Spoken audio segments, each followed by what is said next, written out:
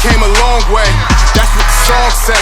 And I can do all things, I can do all things, yeah, I can do all things, yeah. I'm not afraid of the moment, I'm not afraid I can't hold it. I gotta show 'em, gotta get up in the morning, I gotta do it for Kobe. Lately I'm zoning, lately I know where I'm going, taking whatever controllers. Show me opponents, show me opponents. I got a gift and I'm starting to own it.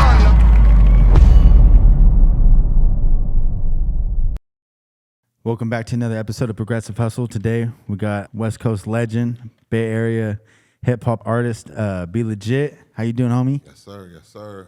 How you been? I've been good, bro. How you doing? Man, you know, breezing through the Northwest, man. How's the universe treating you? It's just fair, man. But you know, it's we got to tune in, you know, right now because there's a lot going on. Yeah, what are you paying attention to? Oh man, everything, you know what I'm saying? Just keeping my eyes peeled back, watching, you know, how the game go and, you know, seeing what the deal is. You know, you got a lot of political stuff going on and, you know, a lot of things that are going on, you know, Kanye out there with his stuff and, you know, they got you know, it's just a lot. You know, we're in the age of information, so, you know, different people are, you know, doing researches on their own and finding out, you know, what they would call their truths, you know, not like the average stuff that they learn from school, different stuff that, you know, might have not been in your books, and it kind of turns on a different light for them, you know what I mean? How do you feel about the new age of information? I mean, it's good if you use it, you know, and you know, the only thing about it, you would have to unlearn all the stuff that you learned before that you thought was right, and accept that this could be possibly the truth, and you know, check it out. Yeah, man, I feel you. Then you get called a conspiracy theorist after that. I know, and then they just try to shrug off everything you say like it's just some bullshit. You get shadow banned or your shit cut off, you know, as far as your little social media. You know? Yeah, what's crazy about all the things that you would like watch and like learn about like 10 years ago, and everybody just like, you're crazy. That's just all coming true now. Everything's coming to light. Yeah, a lot of it is, and it's still tricky though. That's why you got to watch them all. You can't really just, you know, they try to build, you know, people are comfortable choosing a side versus independent thinking, you know. So it's either you're going to think like a certain group of people, you know, that's easier than to have your own mind and your own, you know, opinion about stuff. Well, that's how we keep divided, you know? Correct. And that's how they keep power and keep control. The more that they divide us, you know? Divide and conquer is what they call it. You know? Right. They can beat you if they can divide you. I was watching this video the other day about that dude that I had showed you earlier. I can't remember his name off the top of my head.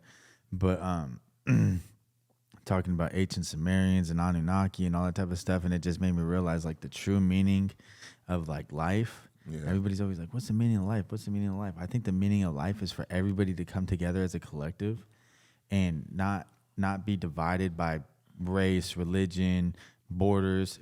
And I think that the real true meaning of life is to advance human civilization to be multiplanetary and intergalactic. You know what I mean? To grow and be as strong as possible. Because if you think about all of like the governments and all of the secrets that we're all hiding from each other, right. If we could put that together as one, think about how much further advanced we'd be already. You know what I mean? Yeah, I mean, you know, a lot of this stuff is like in this information time has been declassified to where you can go look it up. You just got to have the will to go look it up. You know what I'm saying? But yeah, you're right though. They said if, you know, the creator was broken up in a bunch of pieces, it would be like us. And if we all come together, you know what I'm saying, we would form that body. Yeah, You know what I'm saying? So, but I don't know. You know what I'm saying? That Anunnaki. I mean, you know, a lot of the Sumerian tablets and stuff like that is where, you know, they say it was written in stone. Yeah, a lot of books was burnt, but a lot of those tablets was written in stone. You couldn't burn them down. no. And with all these droughts and stuff, all these new writings and messages are coming up, just chiseled away in rocks and at certain levels of water. You know what I mean? And like when the water dries up to certain levels, or like certain things are happening, and they're like, if you see this, then weep. You know, stuff like that. It's getting pretty crazy out there, man. It's crazy. It's like it's beyond like, you know, it's something very powerful is, you know, is in control. You know what I mean? And it's crazy. You see a lot of different things, like, you know, how even in, you know, the Bible or whatever, certain scriptures match up to certain dates and time of this timeline, you know, and what's happening now, like, you know, Revelations or whatever the case may be. But then it's also some codes in there, you know, in order for those that operate to operate in which way they do. Yeah. So they kind of understand that. Almost like some Da Vinci codes or something. Yeah, I mean, you have to be in that on that level up high enough to understand that. Have you paid attention to the James Webb's telescope at all? Like the pictures from there, and like how they're taking pictures from deep space and stuff. Yeah, I'm not all the way 100% up on it, but I don't know. You believe people landed on the moon? I definitely think that people have landed on the moon for sure. Really? Yeah, I think so. I think for sure that they landed on the moon. I just don't know why we don't have the technology to go back. I think that they had lost something, some sort of the mission to actually go back, and I don't necessarily know if they really care about going back, and that's probably what we haven't. I think we're more focused on further travels, because I bet when they went to the moon that they really didn't see anything that they really needed to, or maybe they saw something that they didn't want to see, and now that's why they want to go try to find like life on Mars or somewhere like that, you know? Yeah. I don't know. I don't know either. I don't know. I heard there's water up there. There's definitely water on Mars. Yeah. So. But the James Webb Telescope is going off into like deep space, like past our solar system. And like this, they came out with a recent picture that they had put out that is like, basically it's like a star, like birthing center or something. Like it's like where stars are created, and it's like got this, like it's like all these stars are being created out of dust, and they're trying to say that that's like basically how we were created. You know what I mean? Yeah. With the Sirius system, Sirius star system. Yeah, something like that. I think That's is what what they got to use. Yes, Sirius radio and all that. Mm. Yeah. But yeah, no. They say all that is, you know, in the heavens, you know. Yeah. Bethlehem, all of those characters, mythological zodiac signs are up there. They personify how the stars line up in order to plant their seeds, and knowing that the rain would come. Oh, like harvest moons and stuff like that. Yeah, they knew about. They did. That's the study that they did earlier on. You know, back in Kemet, it's about the star system. Right, because they're able to find water underground by doing some sort of something with magnetic poles and like a string. Yeah, imagine, you know, not having no distractions, and you know, you just here to figure that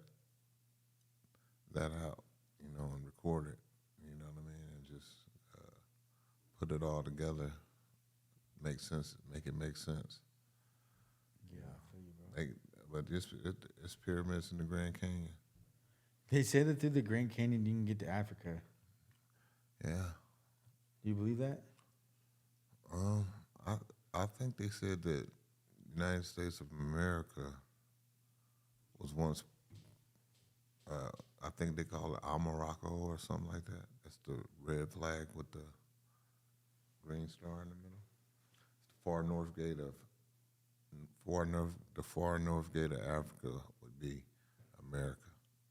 Is that because of like Pangea when all the continents are together? Correct. Right. Yeah. So you would think that potentially you could get you think that maybe that we're not even necessarily that far spread apart maybe, and then that's why we could maybe get to Africa through the Grand Canyon. I don't know. I would like to see that. Maybe it's a portal that I don't know about or something. I don't right, know. because of all the stuff that they're saying about Antarctica too now, bro. They're trying to say that there's like, and then they found that underground rainforest in China. Yeah, I mean it's a lot of stuff that was held. I mean, they said over the wall. I mean, they even show you in movies. You know what I'm saying? You know, Game of Thrones and all that type of stuff. You know, you see all that you know it was life over the wall of Antarctica. But yeah, that's it, man. Yeah, I mean, I just had a thought in my head. I can't remember though. I have no idea what I did with it. Yeah, Did I have distracting us, dude. My Your keys. Oh, for the core? You're gonna have to cut that out, man. He's distracting us and shit.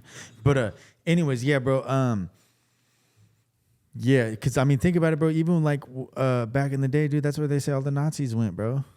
Well, They said that the Nazis vacated to fucking Antarctica, and then they dropped a few of them off in like Argentina, and that's why there's like little German villages in like South America, spread throughout South America, and they sent Admiral Byrd to go stop the fucking Germans from, you know what I mean? I heard whatever, you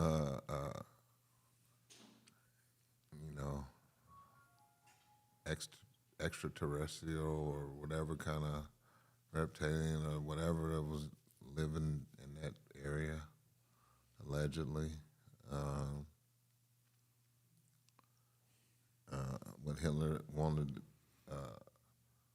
you know, the capsule, the technology during the time he was in war, and I guess that was what that was about. Him talking to them and him getting that capsule. I don't know, you know. That's what I heard, something like that going on over there. Not too sure about that whole story, but Yeah, I thought that they dropped Hitler off somewhere because he wasn't really the one running the show. But this is all just conspiracy theory. Nobody knows the truth, right? Right, I wasn't there. Yeah. Sometimes if you're there, you never know. It's a lot of different stuff going on. It's like magic. It is like magic, man. So, man, let's talk about a little bit about yourself, bro. You're from Vallejo, right? B-Town, 707. What was it like Born growing and up there? raised Hillside, huh? What was it like growing up there? Oh, man. Hillside, Vallejo. You know, coming from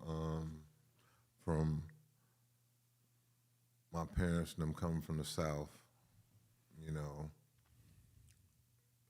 and my grandparents, and they migrated up to Vallejo, California, because Vallejo, California had a military base, and Vallejo also had job opportunity, you know. So my grandmother, they came down here. She was a welder. She welded down at Mare Island. So she was considered, you know, well off back in them days. And she bought a house on Main Street. You know, had all, you know, my aunties and all that, you know, down there. So she was kind of like a big deal because she had a job as a welder. But you know, you're in California now, so you know it's a little different for me. By the time I came out and start hanging out and playing baseball in the streets and hanging out. That was just like normal life as a kid. You know, I didn't. That's all I knew. But later on, I talked to them, and they tell me about where they came from and how they didn't get the chance to live like this, and they moved here for a better life for me. And I kind of understood. What part of the South are they from? My mom and them was from Redbird, Oklahoma. My dad and them from Little Rock, Arkansas. And what was it like growing up down there for them? They ain't had no problems because they had big families, and you know, back then,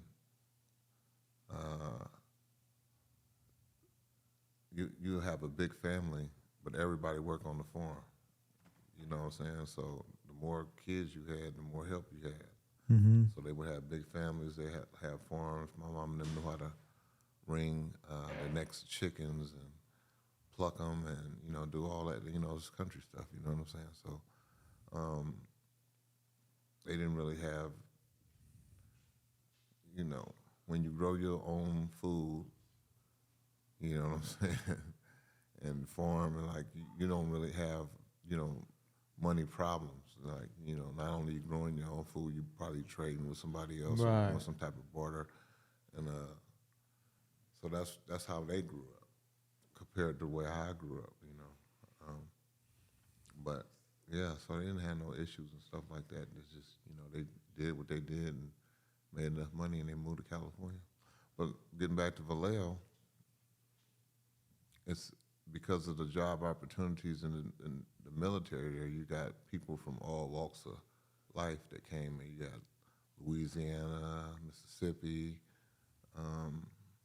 you know, all the South states that came down for work or joined the military. It's kind of like a gumbo pot, and people settled there and made that their home in Vallejo, kind of like Long Beach, the same way. Military cities. What was Vallejo like? You know what I mean? Man, Vallejo was a military city, right? Yeah. So was it like poverty, or was it pretty middle class? Yeah, it's, well, not really poverty, like ghetto to the project level, but at that time, like I was saying, that when these people came to Vallejo, they had enough money to move there, and then they got their job, so they actually migrated there and they bought their homes. Like, you know, even the place where Mac Dre is from, Country Club Crest, that was predominantly black. Those people worked, bought their homes, they owned their homes. You know what I'm saying? And that's what it was. Like I said, those people bought their homes and did what they could. You know.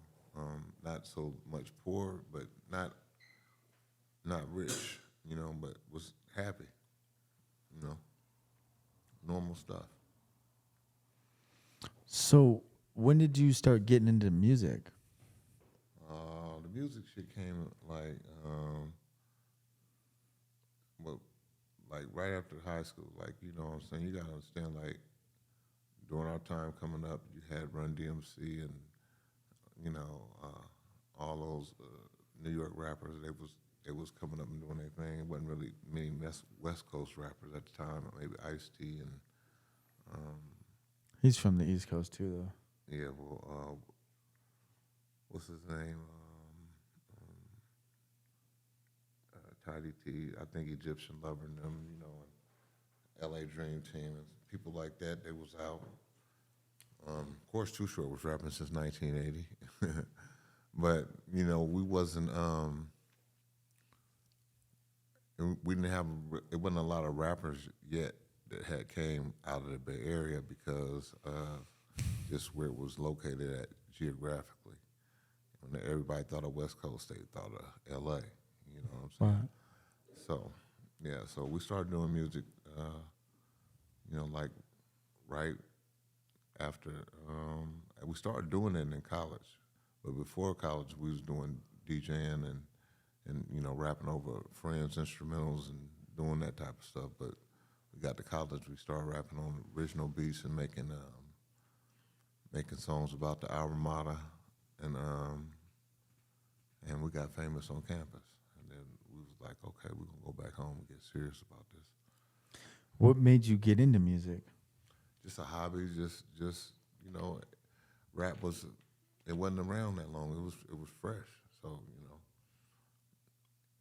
you hear people do it, you like favorite songs, and then you feel like, man, I can do this. And then you start practicing and, you know, messing around doing it. Then we started seeing local people from Oakland, you know what I'm saying, make their own records. We had an uncle that made his own record, so we was like, hey, you know what? We ain't gonna wait for nobody to sign us. Let's make our own record. Let's figure it out. So we went to work. What college did you go to?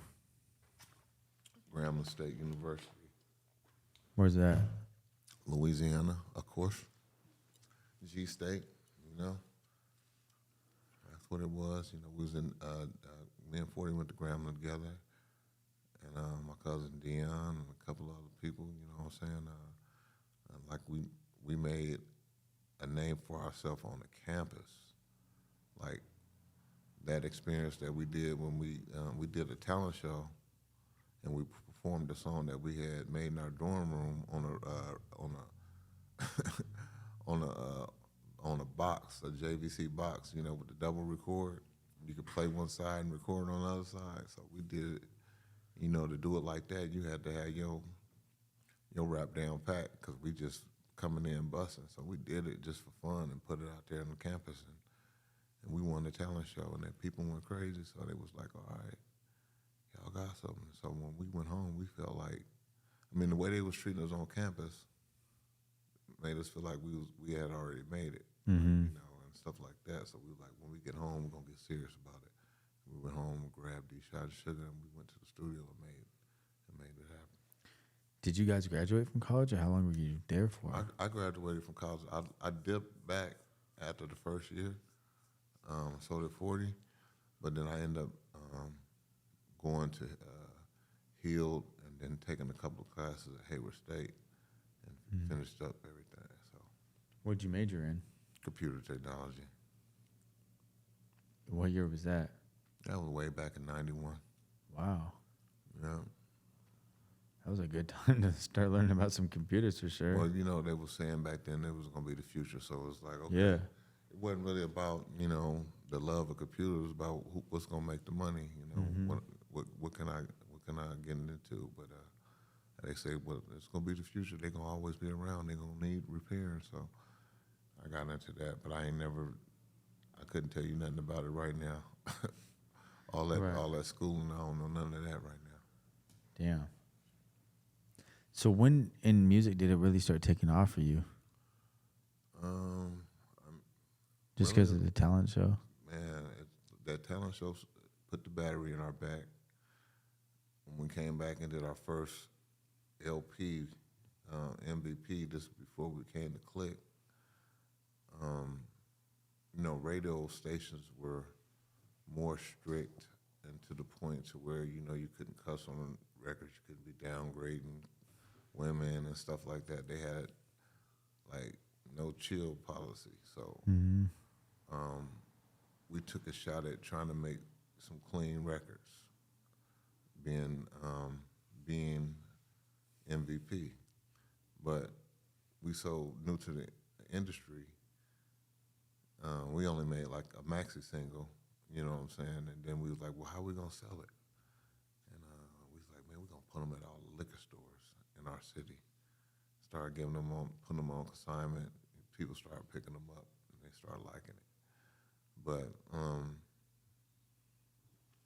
that was us with a collar, with a training collar on our neck. So we like, man, you know what? This is what we're gonna do. We're just gonna do us, come out as a Click and do us and just be us and do the records, because at that time I believe NWA was out and they was already doing them, and then of course, you know, Ice Cube. I mean,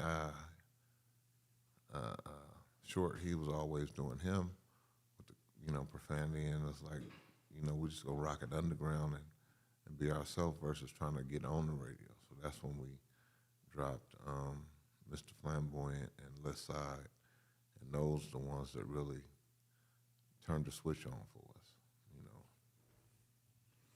Did you know Too Short Yeah. back then? Like Yeah. before he was like famous and like all them rappers used to come to Vallejo, come hang out at Dan Foley Park in Vallejo, because we used to have, like, on Sundays, all the cars come out to our park, and, you know, all the girls from out the Bay be up there, and it'd be just like the place to be. So, you know, they would come from Oakland and come post up, and you know what I mean.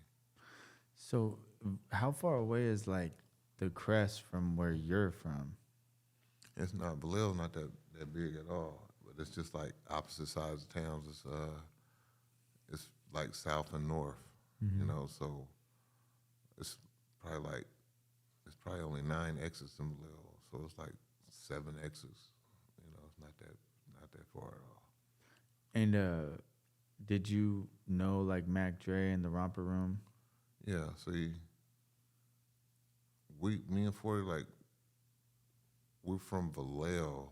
Like, it wasn't this side thing in the beginning, like, you know, where you from and where you from, because 40 actually lived in the Crest before. I stayed in North Vallejo. My dad stayed in North Vallejo, and they stayed in the hills. So, you know, people moved around, and, you know, when you're young and you're a kid, I attended this boys club, Continental Makers Boys Club. So all of the people from North Vallejo, wherever you were from, you know, we was friends. We was friends because, you know, we kids, and we in the club together. We go on camping trips, and we learned about brotherhood. It wasn't until I guess, the dope era when, you know, people started, oh, I'm from over here, and they started naming where they from, and, you know, people, you know, hanging out with their side, and, you know how it goes. It happens in like every city, every urban city. You know, people wants to be friends, and everybody cool. Then they pick a side, and oh, them boys, and this side. Then they funk with each other, and, you know, shit started happening. But yeah, we went through all that. Why do you think the dope era caused such a split? I don't know. It's a money thing. You know, it's all about getting money and who got the most money, and money is power, and you flex your power, and, you know, people like to be, I said it earlier, people like to be part of teams, and then, you know, you get the competition, you compete till you can't compete. You know what I'm saying? You like, hey man, you know, them boys are a little up there, you might want to chill out, you know. When it came to be like in the streets and stuff like that, were you involved in that at all, or did you stay pretty distant from that type of stuff? And it's just like saying, that's like me saying, I'm not with the clique. You know what I mean? If these group of people have a problem with the clique, right? Right. And they see me, and I'd be like, oh, I'm not with the clique. No, I am the clique. So, yeah, you got a problem with, yeah, you definitely got a problem with me. And then, yeah, well, that's how it operates. Like, we cousins, so we blood strong. We've been doing this since kids, you know, like, you see your cousin fighting down there, you jump in and you help him. You know, win, lose, or draw. Y'all not going out like that. You know, we was taught that when we was little. You know what I'm saying? Cousins as in who? The clique. Everybody on the back of the 12-inch cover. I don't know if I can pull it up for you, show you who it So is. you guys, everybody in the clique is all related? Yes. Wow. It's like a Jackson 5 almost. Yeah. I mean, you know, you got... I never knew that you guys were all related. I thought it was just you, 40, and D-Shot, right? That's what I thought. Yeah, no, Sugar T, Muggsy. Sugar T is 40's sister. Muggsy is 40's sister. Cavio is a cousin. I mean, it's a lot of people you don't know, but yeah, no, it's a lot. Lavidi, it's family, you know. I was gonna ask you that. Who's Lavidi? Yeah, so all that is family, you know, and yeah, that's what it is. So you guys started the clique, and then what happens? I mean, we started the clique. We was independent. I'm saying? And you know, we was gaining momentum on the ground, and we got a chance to see what the business was like. We started operating the business, you know what I'm saying? And had boots on the ground, started coming to the Northwest and going down in the Midwest, and you know what I'm saying, shaking hands and kissing the babies, and grew our fan base. Once we got our fan base up, it was solid. Anything that we put out there, our fan base would grab it. So we was making that kind of noise and kind of money at that time, to where the majors start calling. Like, what's up? Like, we want to get in. So in '94, we sat down on the table, and we did a deal with Jive, and the Jive deal was an unorthodox type of special deal, because they had to let us know how we can benefit from it, from what we already doing, what we already got on the table. What can you add to this, and to make this more lucrative?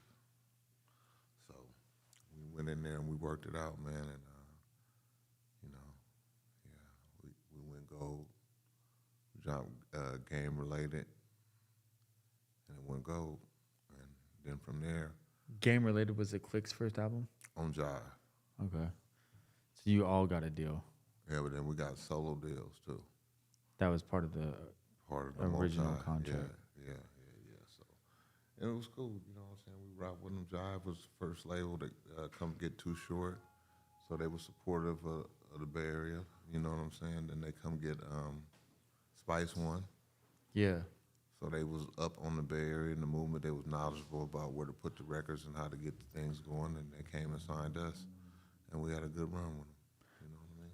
Was Master P involved in the Bay at this time? Yeah, he was always involved in the Bay. Master P was when we was independent, we was working with my uncle St. Charles, and then St. Charles opened an office across the street from us, and started his own, you know, record consulting company or whatever. And Master P went to St. Charles and was putting his records out through there, and also learned how to do his own thing. Then he took his game and went to New Orleans, and you know the history of that. He just got big, out of control. But he was down there. He seen us do it. He seen us do it firsthand. So you guys actually like knew him on that personal level back then. Oh yeah, you know what I'm saying?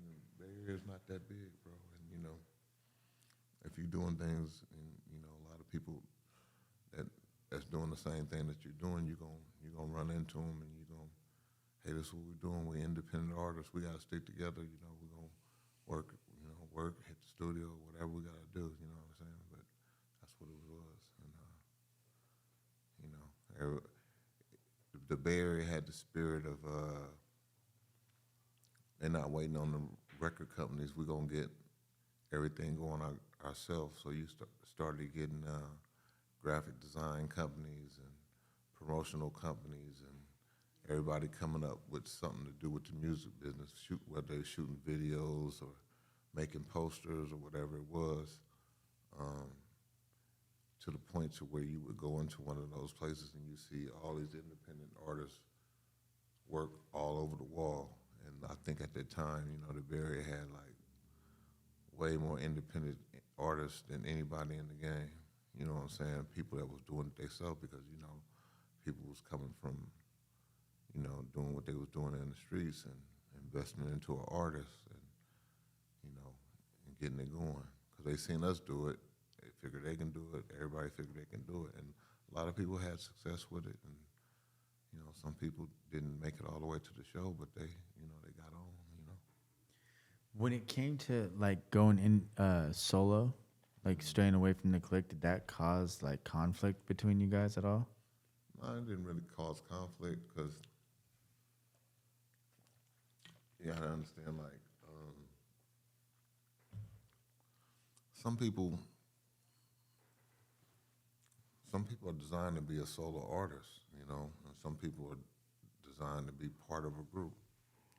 But we was family first, so it was like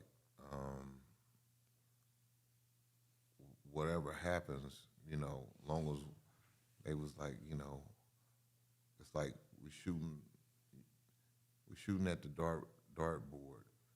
Somebody make it, you know what I'm saying? You know, we kids at the time, and we rapping, and you know, we doing group stuff, we doing solo things, and whatever happened, we still gonna stick together. But you know, we family first, so we came in with the clique, and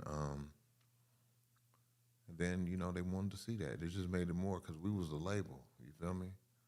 So at the end of the day, everything was us. You know, we was all making money from us. You know, we did that. We signed the family first. You know. So what happens next after, you know what I mean? You guys are signed to Jive. You start doing independent stuff. I mean, not independent, but like solo stuff. What goes next in your career? I mean, you know, for me, my first independent album that I dropped was Trying to Get a Buck. I didn't have no promotions on that. I didn't have no videos on that. And that thing sold like 100,000. It charted number 41 on the Billboard. And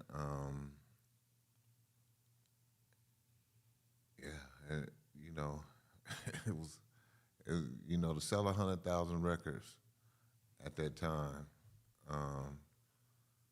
on the independent was pretty good. You know, you probably was getting like $850 a record. Damn. You know what I'm saying? So I didn't put nothing into it, and that's what I got back from it. So it was like, You had to put up no money and almost came out with $1 million. Yeah, so I was like, oh, this is real. This is real. So y'all need to do this. Everybody need to do this. So Shot Caller called me on the under, and his video, His Boss Ballin'. I can remember Shot made a lot of money off of Boss Ballin' compilation. You know what I'm saying?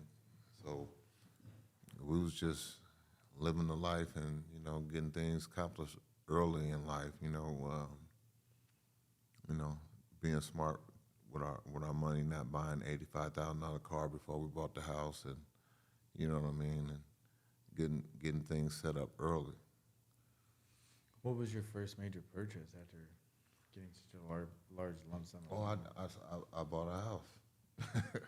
Right. Yeah, I definitely bought me a piece of dirt. You know, Did you buy it in Vallejo? It's close to Vallejo. It's in the Bay. Oh, you still own that house? Yeah, I still own that house. I still live in it. What? Yeah. The first house you buy, you still live in it? Yeah, definitely. That's cool. Yeah. Did you ever end up investing into any other like type of property? Oh, I wouldn't say that was my first house. That my bad. That was my second one. But my first purchase of. Oh, so you owned a house before you got rap money? I definitely owned the house before. You still own that one? No, I sold that one. And in California, you can't just go by where I'm at, where we was, where me and 40 State. You can't just like get in and just buy it like a house like that. And here goes some money. I want to buy this house. You got to like come in with equity and show that you've done this and X, Y, and Z, because you're actually buying. You know, you're buying the land, you're buying the lot, and you got to put plans in, and you got to build, and it's custom and all that type of stuff. So they didn't just want cash money. You know, they wanted some equity. Wow. So I transferred the equity of the house that I lived in prior to, and put that in on the new joint. But me and 40 bought ours around the same time, like 96, 97. And he still owns the same house too, or? Oh yeah, he got that one. He got a few properties. That's cool. So from there, did you know what I mean? Like after selling 100,000 copies and Oh yeah, after selling 100,000, it was on. That's when we signed Sally Sale and we signed Low Bruce. We signed. We put everybody projects together, videos, stuff. You know what I'm saying? Moving around, hanging out, doing records with Tupac, and it was industry life for a minute. Just flying and doing shows and networking, touring, doing whatever. You know what I'm saying? But just being on soundtracks and little roles in the movies, and when did you meet Tupac? Tupac. I think Tupac was about 93. I think 93. Jack the Rapper. And what was he like? 93 Jack the Rapper. I mean, I met him before Jack the Rapper. We went to Jack the Rapper together. I met him in the Bay Area, and I met him when he had did Juice. Richie Rich had introduced me to him, and when he introduced him to me, being that he had been in the Bay Area and we was doing our independent stuff and they was doing their independent stuff through Humpty Hump and them, he knew exactly who I was. He knew my lyrics. He started spitting my lyrics to me, and come on, man. Woo. He was just real excited. A lot of energy, a lot of hype. I'm like, okay, woo. Then he put out Strictly for My Niggas, and he put a shout out on his record. To us, and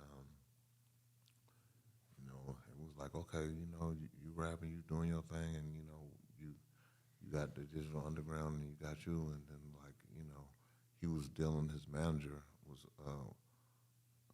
one of our boys that we knew from Richmond, and we were just kind of cool like that, you know what I'm saying? And we were just hanging out and kicking it, and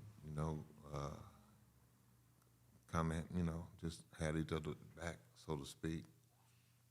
And he was just blowing up at the time, like he had just did the Juice movie. He started getting the other movies, and he started getting in trouble.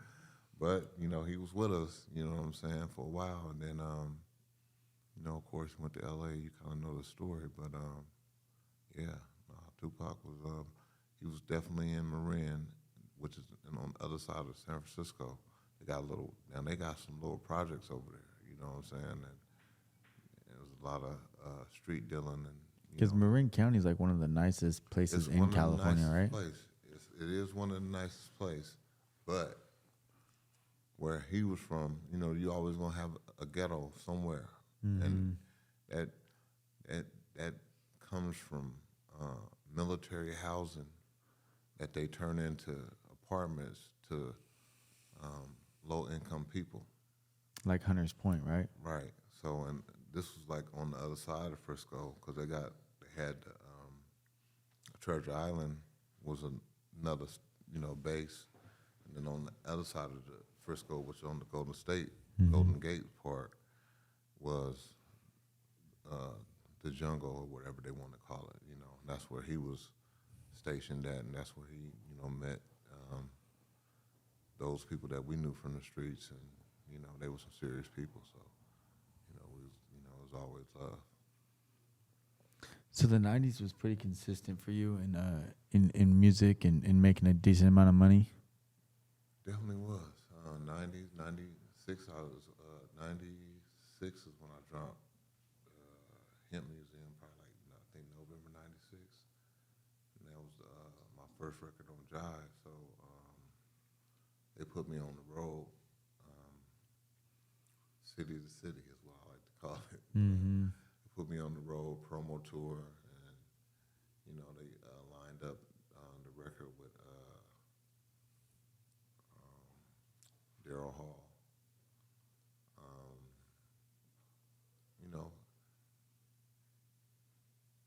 You get to learn a lot when you dealing with a major. Like they fly you where you want to go. You get to have meeting with magazines and all these other people, and they take care of all that, the bill. I mean, but care of it in the end. But it's just a different type of service that they provide for you, versus us doing it independent. That put a little bit more wheels up under the project.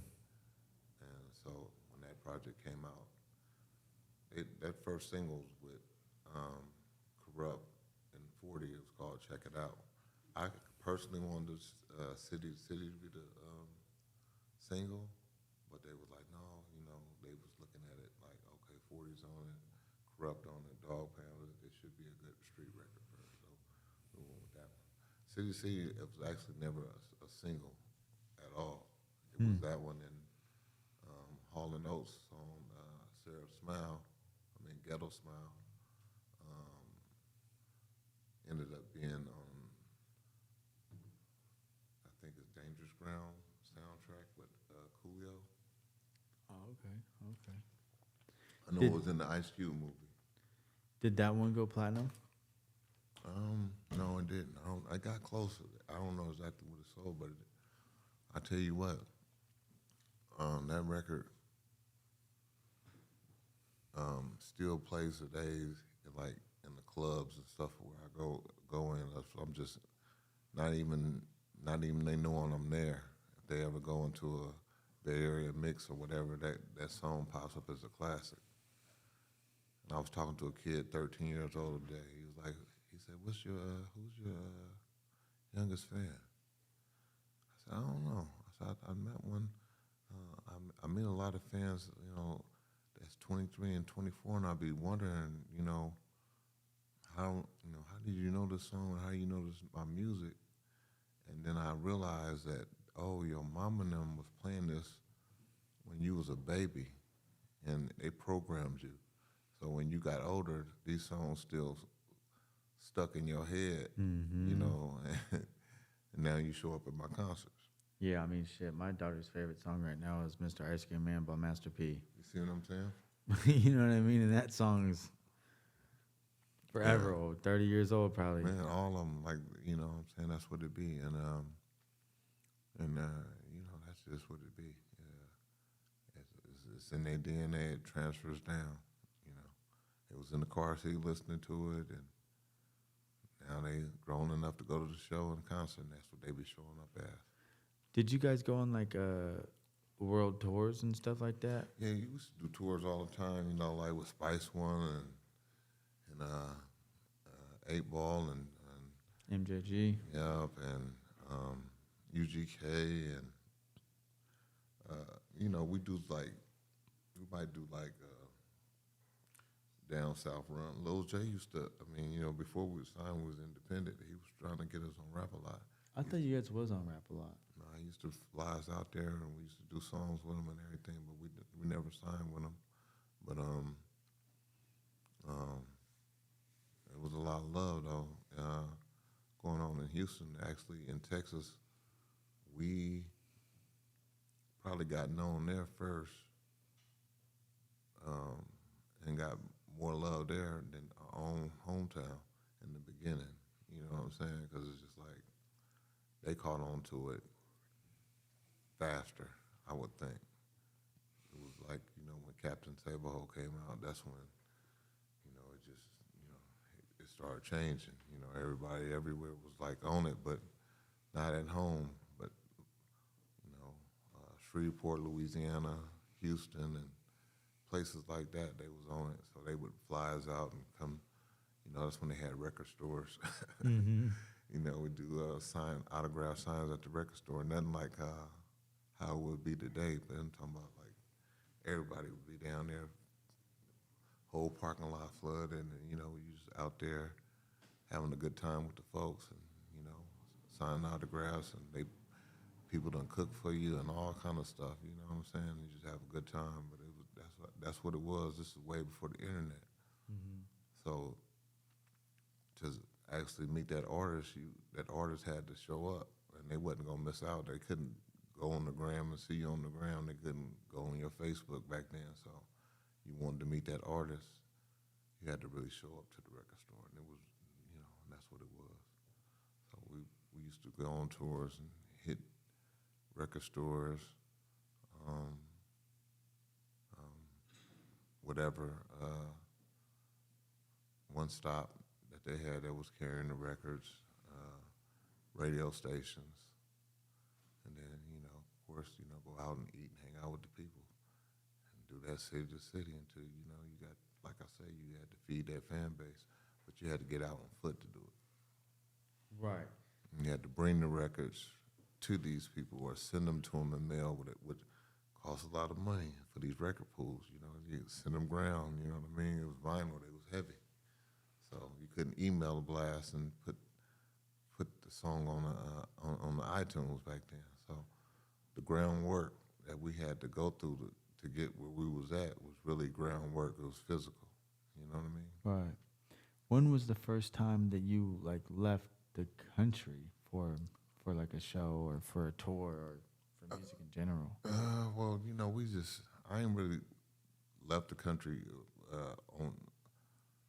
I could say just Canada. Like we did a run where we came to the Northwest and then we crossed over to Canada and we drove down, did hit a couple of maybe 2 or 3 venues up in Canada and came on back down. But yeah, nothing too wild. Not overseas, nothing like that. I haven't been down there. Not for a show. 40 went to Japan before. But, that's So your core fan base has always been in America. yeah, and I've been called to go places, you know what I'm saying, but I wasn't feeling, they called me to go to Bangkok one time. They was act like they wanted my DNA samples and all kind of stuff. Like, what you want my social security number for? I'm like, I don't trust it. I ain't going.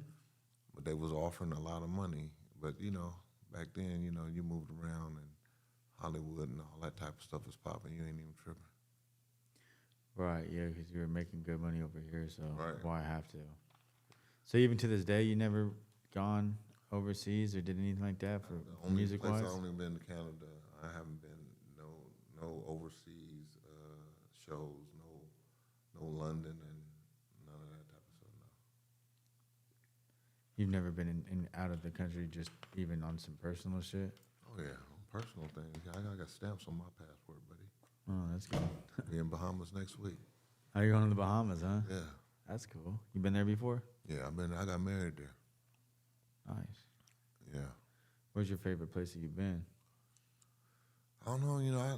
I enjoy like low cut stuff. I actually liked it Puerto Vallarta, in Mexico. That was pretty cool.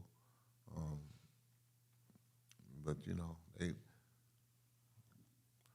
it seemed like the prettiest places that look so pretty be like the poorest places, like in the Caribbeans. You know what I'm saying? Mm-hmm. Maybe want $20 for a box of cereal. They get taxed over there because everything is imported. Mm-hmm. You know what I mean? So it's different. Maybe driving old Lincolns and stuff like that, but it's beautiful.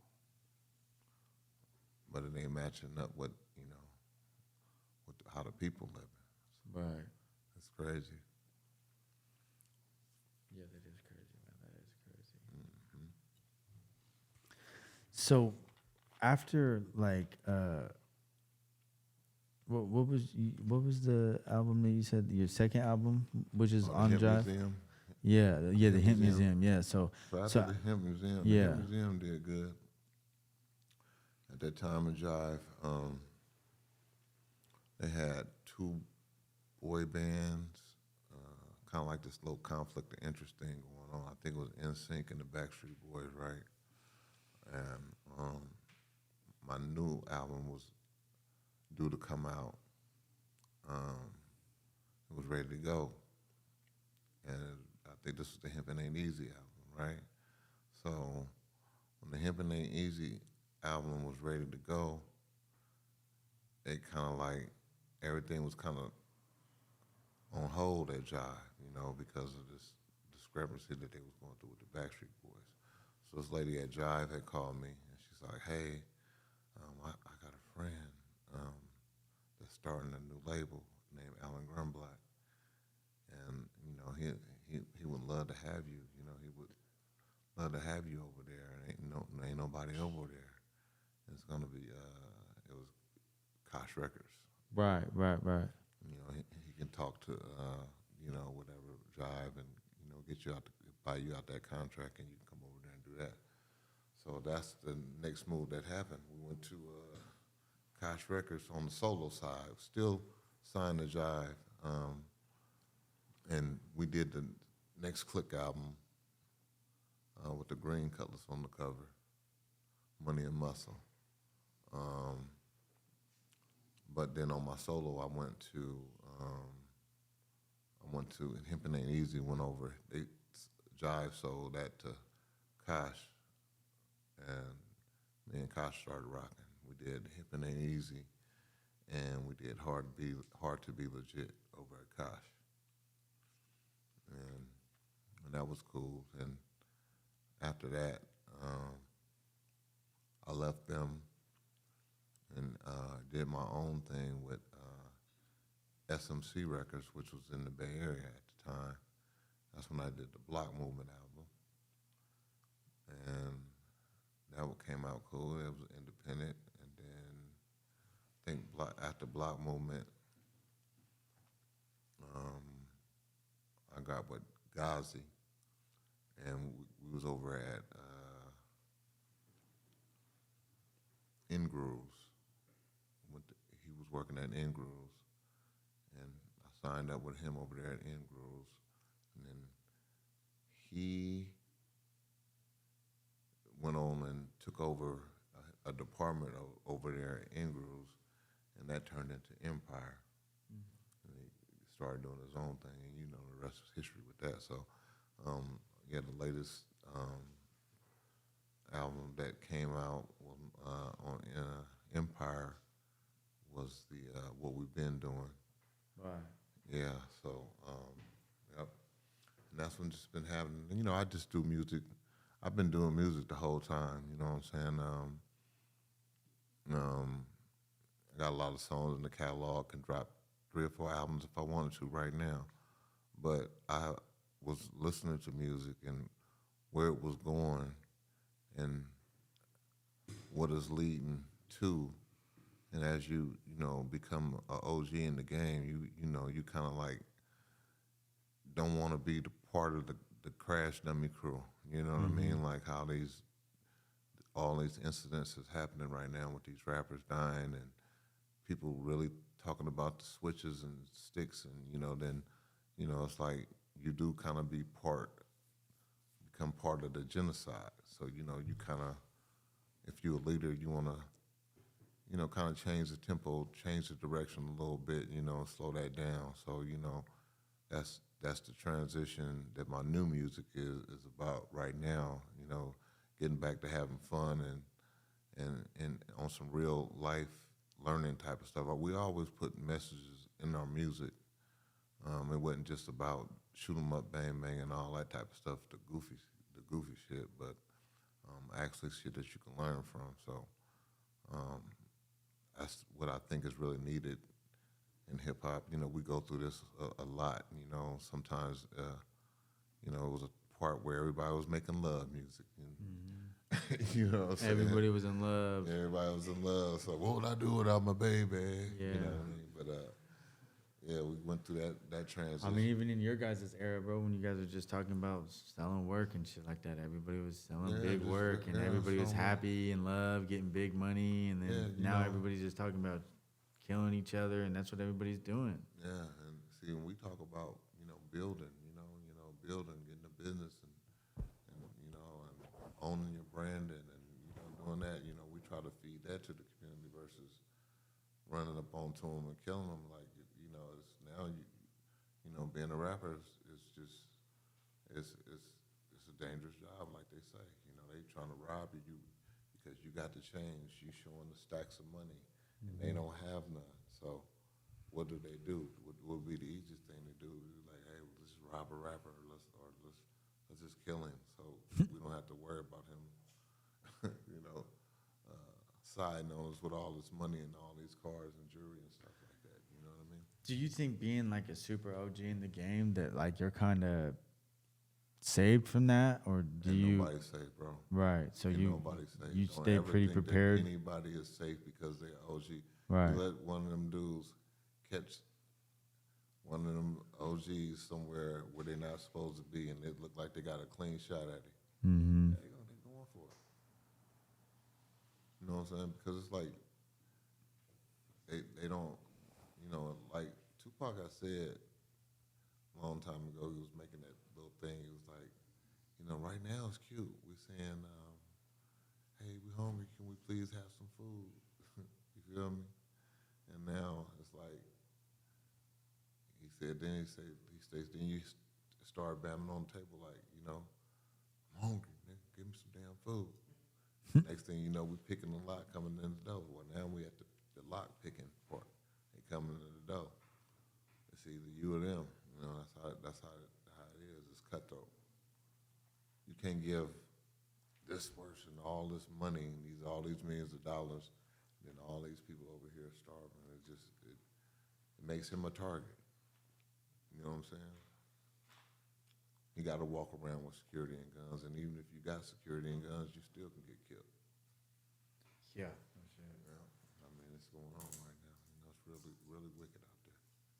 What do you think that like people could do to like kind of like try to change the narrative, and then like change, you know what I mean, like so that this stuff quits happening, so that they don't make killing and each other cool and they dead homies cool, like. I think they got to get sick of it. Like, you know what I'm saying? It's whatever systematically system that was taught us to hate one another. You know, it needs to play out. You know what I mean? Like it was a time, you know, in the early days that you know, we looked out for one another. You know what I'm saying? Make sure everybody good, everybody straight, everybody good. Yeah, okay. We're gonna move as one. That's how Nipsey used to like to move, like as one, and you know, everybody get home safe. But unfortunately, like you know, it's demons out there that don't like that, and they gonna break that up. But I think if people, you know, elevate their consciousness and their frequency, and you know, and you know, change their diet and stop eating all these genetically modified foods and stuff like that, they could probably reach it. You know what I'm saying? And get their conscious together, and then they know, you know, exactly what it is, all that. You know, I see what that is. That's a trick. You know what I'm saying? And they ain't really like that. I don't need to rob him. I don't need to kill him. Because they got it, man. Like right now in the Bay Area, you can't even park your car downtown San Francisco or Oakland without what they call bipping. You know, Which is breaking the glass and get into it. Yeah, because a lot of people. I've seen that happen when I was down there. I took my kids to San Francisco for vacation, and at the where they have the painted houses or whatever, that somebody smashed somebody's window and took the shit out of the car. Yeah, well, see what it is.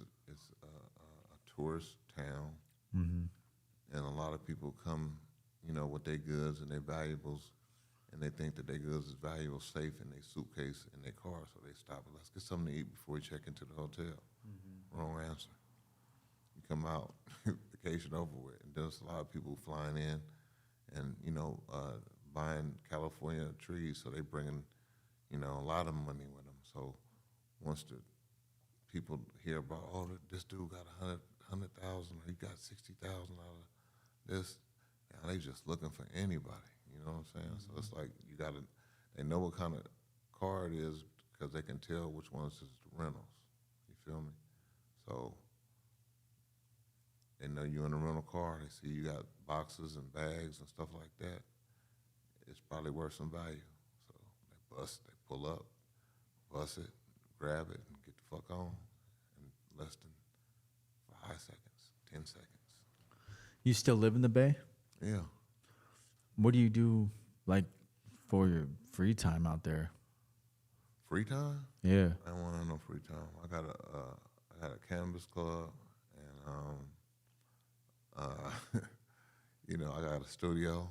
out there, I run my own studio, a physical studio, and then the club, and then, of course, home, So that's just, I don't really hang out and, do that. If I ain't working, I'm at the house, you know what I'm saying? So between that and hitting the road every weekend doing these shows and, yeah, no time for the bullshit, and like, I done lost a few homies in the last year, you know what I'm saying? Close ones, you know what I mean? Some intricate pieces on my chessboard, and it just make you realize, time is precious. So anytime you wasting time doing something goofy or doing something you ain't supposed to be doing, like, I ain't got time for it. Shit, tomorrow ain't promised. I got a lot of shit to get done. Were these fellow artists, or were they just personal friends? No, these was like real homeboys, real Cookie Monster 415. He's real. He had love out here. You know what I'm saying? Everywhere. He was a strong advocate in the weed community. That was my little brother.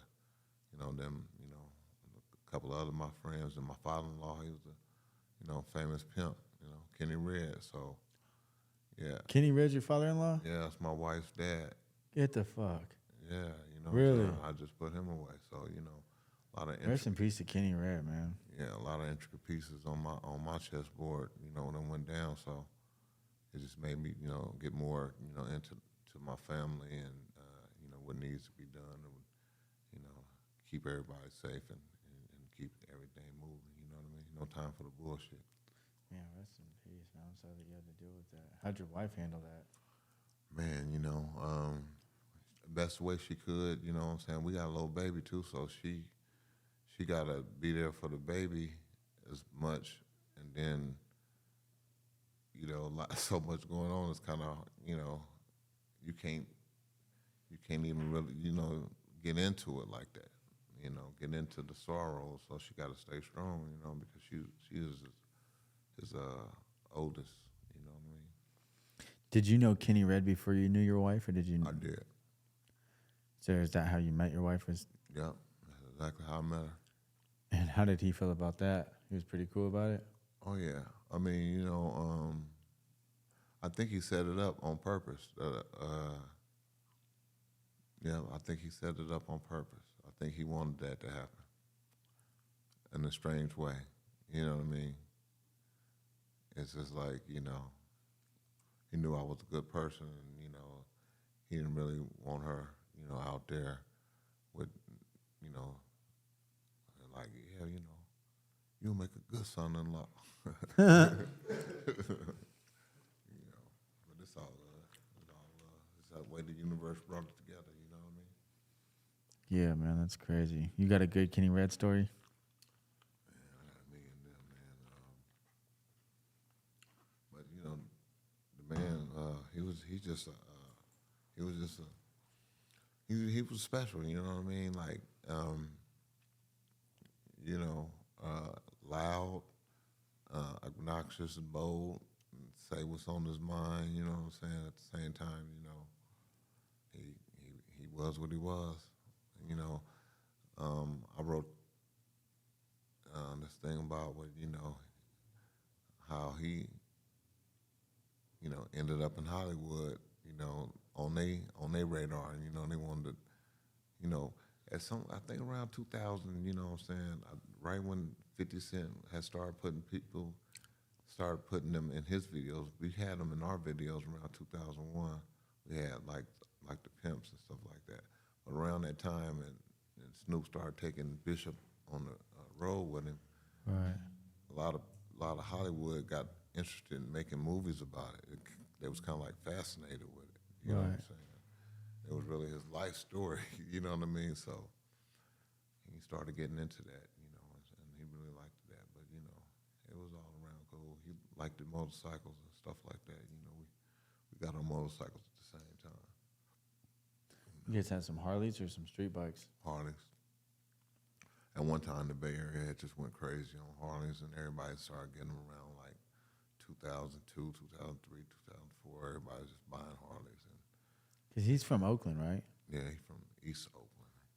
You can't never say he from Oakland. He gonna say East Oakland, California. Right. Niggas that live in East Oakland, you know, they feel like they live in a different city than people that's from Oakland. Real talk. You know, they can tell you ESO, and some will tell you deep East Oakland. Yeah, deep East Oakland. Yeah. That's like what is that? The Ville or something like that, right? In 69 Village, that's low. Yeah, that's the mob or whatever with the little D and Felix Mitchell and all those dudes that started that. Mm-hmm. Yeah. You ever run into anybody like that back in the day, coming up? Yeah, sure. We all grew up together, man. You know, you see these people. You know what I'm saying? That like, you know, you see somebody doing things a little bit more harder than what you're doing, and you know, you congratulate them. You take your hat to, you kind of admire them, and then you watch how they move and try to design your program the same way. You know, because you know, there's some people that's a little bit faster, more advanced than you are. So you trying to learn what to do and what not to do. You know. So when you were out and about, like, were you into the same type of stuff, like hustling and shit, or? Definitely, that's what Bay Area culture was. You know what I'm saying? Bay Area culture was about getting to the money. Right? Were you in it pretty big time, or were you just kind of just nickel in and trying to get in and out type shit, just like for the time being? We was decent, but I was we was a crew, man. You know what I'm saying? We was a crew just like every other crew. So we was decent. We had 11 cars outside and a couple of condos and all the same stuff that everybody, Rolex watches. All that shit is documented. If you go back to my 1988 or 87 or 88 album cover, you'll see the Rolexes and the Gazelles. You know what I'm saying? We was like 18, 19 years old with $40,000 watches. So, you know, so you could add that up and do the math. It's all documented. Give us a good hustling story. Hustling story? Like, what was like the coolest shit that you did, or like the most scariest shit that had happened? Scariest thing. Give us the good and the bad. Good and the bad story. I don't know about all that. Let me tell you just one thing that was pretty scary. First thing that was pretty scary that happened. I'm not gonna say everybody was there, but you know they was cooking up. You know what I'm saying? And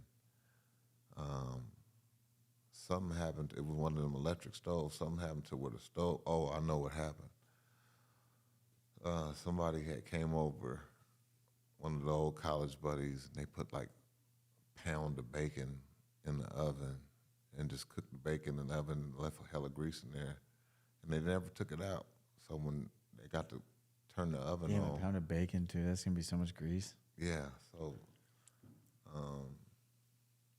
I don't know if the oven was on self-clean, was trying to put it on self-clean or something, man. But they was cooking on the oven. And man, it caught on fire during the process of whipping up something.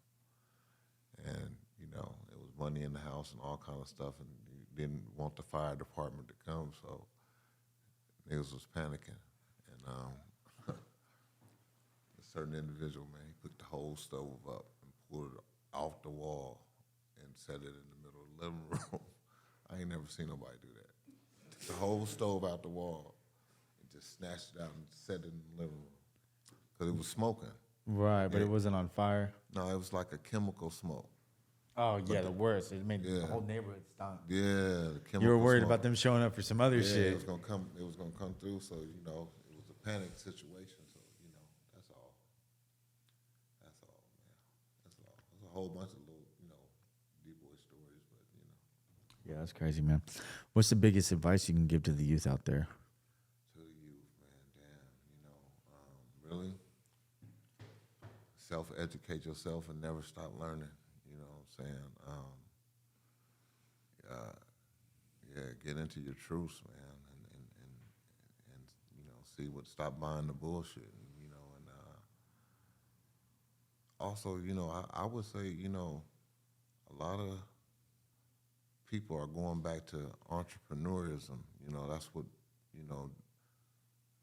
what I would encourage. A lot of people like, I'm gonna go get this job. I'm gonna work for these people. Hey, man, you can be creative and build your own lane.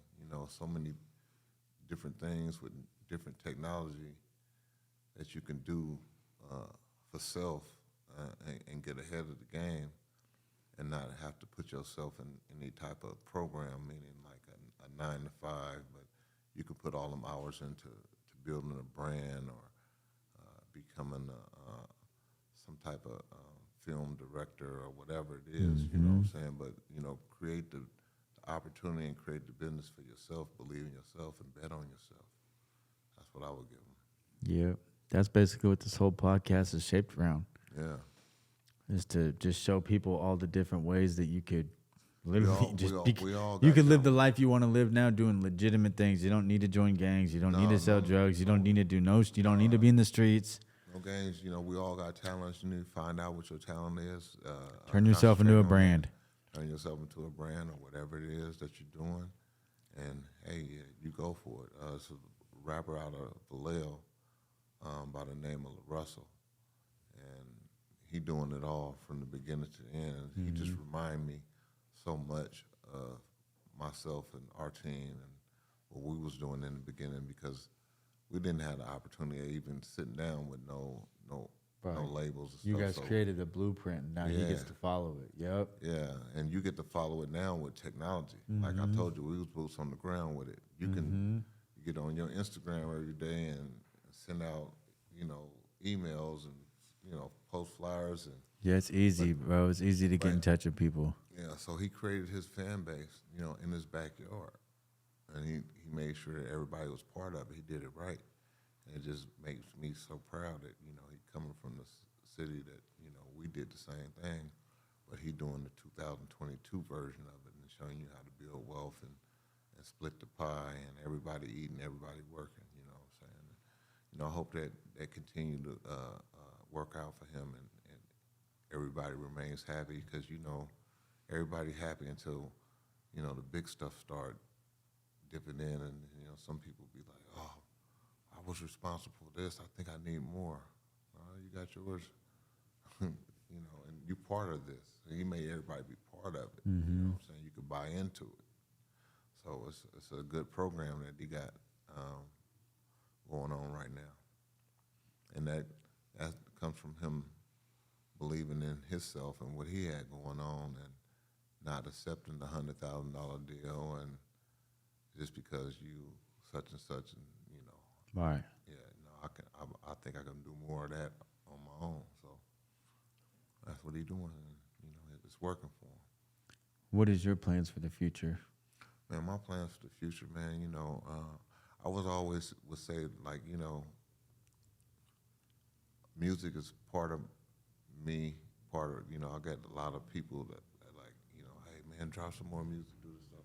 Like I say, I never stopped doing music. I have music catalogs from music I've been doing since 2010, 11, 12. I might even put some of them songs out just to let people hear that time, era of me.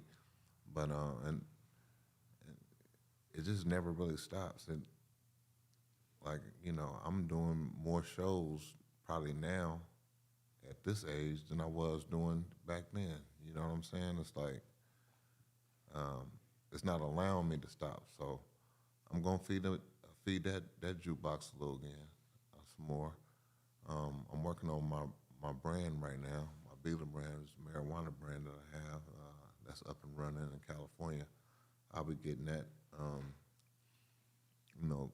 moving that to other cities, other states, Michigan, and a few other places, popping it up, and get that cracking and rolling.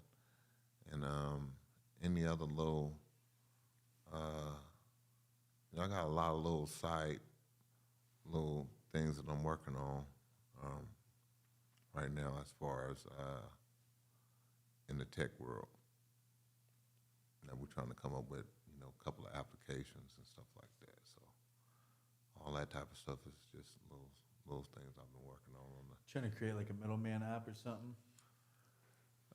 Yeah, well, not really such a middleman app. Just some different stuff. You'll hear about it. It's just. I was literally just talking about creating an app, like I think the last night or the night before. Well, the thing is to create something with a continuous revenue with like no overhead. Yeah. You know what I'm saying? And it's just something that you go back and you check. Oh shit, I made 12,000 yesterday. I didn't even know. You know. Mm-hmm. And you just keep on working and working on that. But it's integrating, with the new digital community, with the NFTs and getting into that type of world, type of stuff. You know what I mean? Are you big into the cryptocurrencies and stuff? No, not really. I'm not big in all of them like that, but I do play with it a little bit. Mm-hmm. Yeah, I definitely play with it a little bit.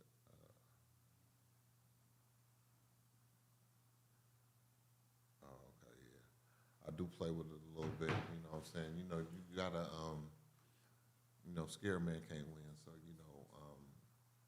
when you, like, be legit or something, you got people always in your email. Hey, man, look what I got. I made this for you. Put it on your market or whatever. Put it in your wallet and let's see what it do and something like that. You know what I'm saying? You get continuous ideas of people. I'm in Silicon Valley, so it's just tech heads all over the place. Right. You wouldn't believe it. Like and you go to the Chase Center. And you look down on that front row and you see all those dudes on there. Those are like tech guys. You know what I'm saying? They definitely, they definitely, are in the building in the Bay Area. That's where they at. Hell yeah, man. Yeah. Where can they find you at? Be Legit 72. That's on my IG. And yeah, from there you can get in contact with anything. And also on my Twitter. And it's Be Legit 72. And for that 72 colors I got, that's the one on the album cover of the first Down and Dirty. Before you ever heard of the Click, when you first heard the Click, that's that group with that orange colors on the cover. That's that 7 Deuce. You still got it? Still got it. Still got it, still drive it. I get car shows at my club. Get a big car shows, Colors versus Chevelle's. We do it like at least once a year. Have everybody come out. Are you a big fan That's of one of them arts right there. Oh, yeah, that's tight. Yeah, you know what I'm saying? They crazy with that stuff. Mm-hmm. Yep. So that's what's going on, man. Other than that, staying out the way of the bullshit, man, because they killing rappers now. Rappers are dying. Yes, they are. They're not living to enjoy the millions of dollars that they're making, and it just ain't safe outside at this present moment. The temperature's not right. Shit is thrown off. I'm sure it'll change soon. It has to. That's that Deuce right there, boy. Yeah, that's clean. Oh, that's completely redone. Sunburnt. All right, man. Well, shit, I appreciate your time. I appreciate you rocking with us and fucking with us and showing the love and the support, bro. Get back to the airport, get back on this flight, man, so I get back, Yeah, it's 3:30 in the morning right now, so yeah, it's and then went back an hour, so, I ain't been asleep yet, so I'm not going to sleep, so, it's time to keep it pushing, bro. I appreciate you. I'll tap in with y'all on the next one, and have some more info for y'all, and, perhaps even bring my own gas, talking, fuel y'all up here in the Northwest. Good shit, bro. I appreciate you. Shit wasn't lacking, though, it never really lacked, but,